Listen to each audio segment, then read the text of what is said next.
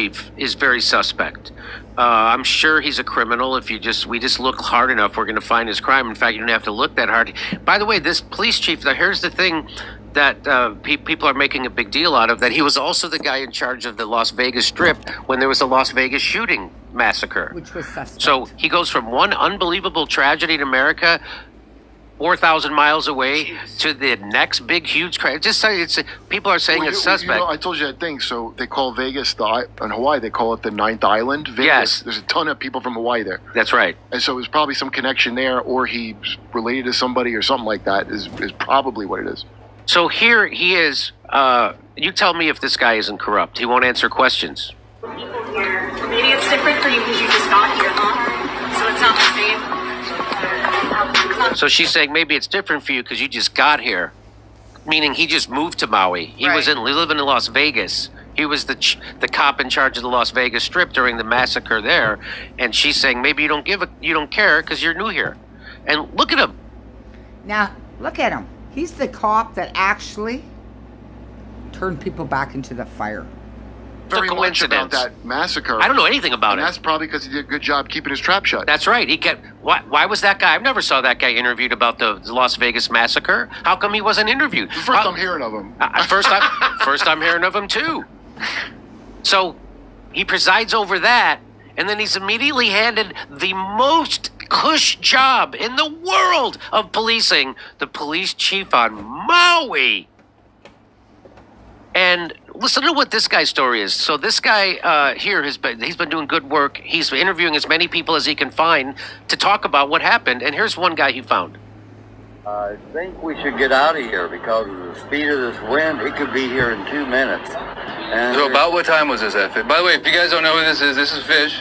He's been sitting next to Cheeseburger in Paradise selling the most awesome stuffs, right, for years. He's like a legend. And everyone loves Fish, and Fish loves everybody. But he's one of the wisest people that I know, by the way. Anyway, Fish, continue. So I went around back to Front Street, and all the cars were lined up, but none of them were moving. And I walked all the way from Safeway to the Chart House. Not one car had moved. And I was wondering what was stopping the traffic. Well, it was a policeman. And I got to the end, and I looked up north. There were no obstructions. There was no reason to keep those cars there. Are you serious? I'm serious as a heart attack. And I said, what are you doing? He goes, well, I'm under orders to keep them here. And I said, the fire is right around Safeway. It's going to hit Front Street. You know, these people got to get out of here.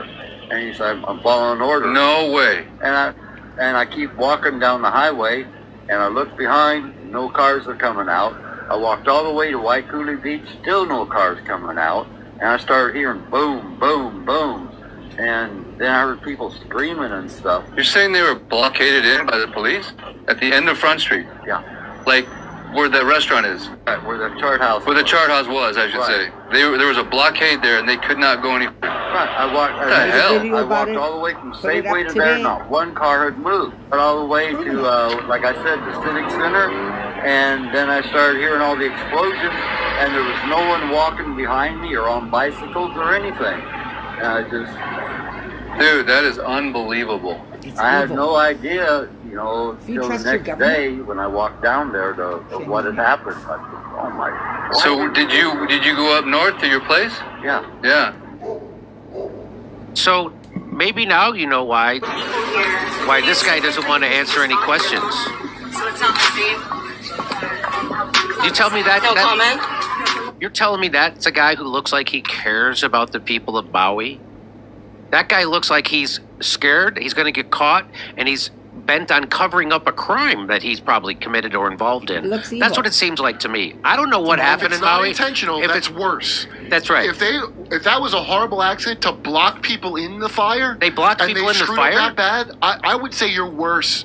Like an evil plotter, like, oh, okay, at least this isn't the most worthless. I'm going to leave a link for this.